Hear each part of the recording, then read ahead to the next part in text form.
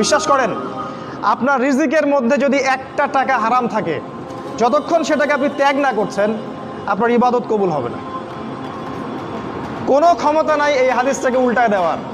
আল্লাহ পাক বলেছেন, ইন্নাল্লাহ তয়্যিব লা ইকবালু ইল্লা তয়্যিব। আল্লাহ পাক পবিত্র, তিনি পবিত্র রিজিক ছাড়া কবুল করেন না।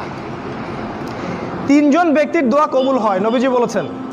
দোয়া ফেরত দেয়াই হয় না, দোয়া করলেই কবুল। একজন হচ্ছে বাবা যখন সন্তানের জন্য দোয়া করে। 2 নাম্বার, যখন কোনো মুসাফির মানে সফর করছে যারা আল্লাহর পথে বা মুসাফির, তারা যখন আল্লাহর কাছে দোয়া করে, দোয়া কবুল হয়ে যায়।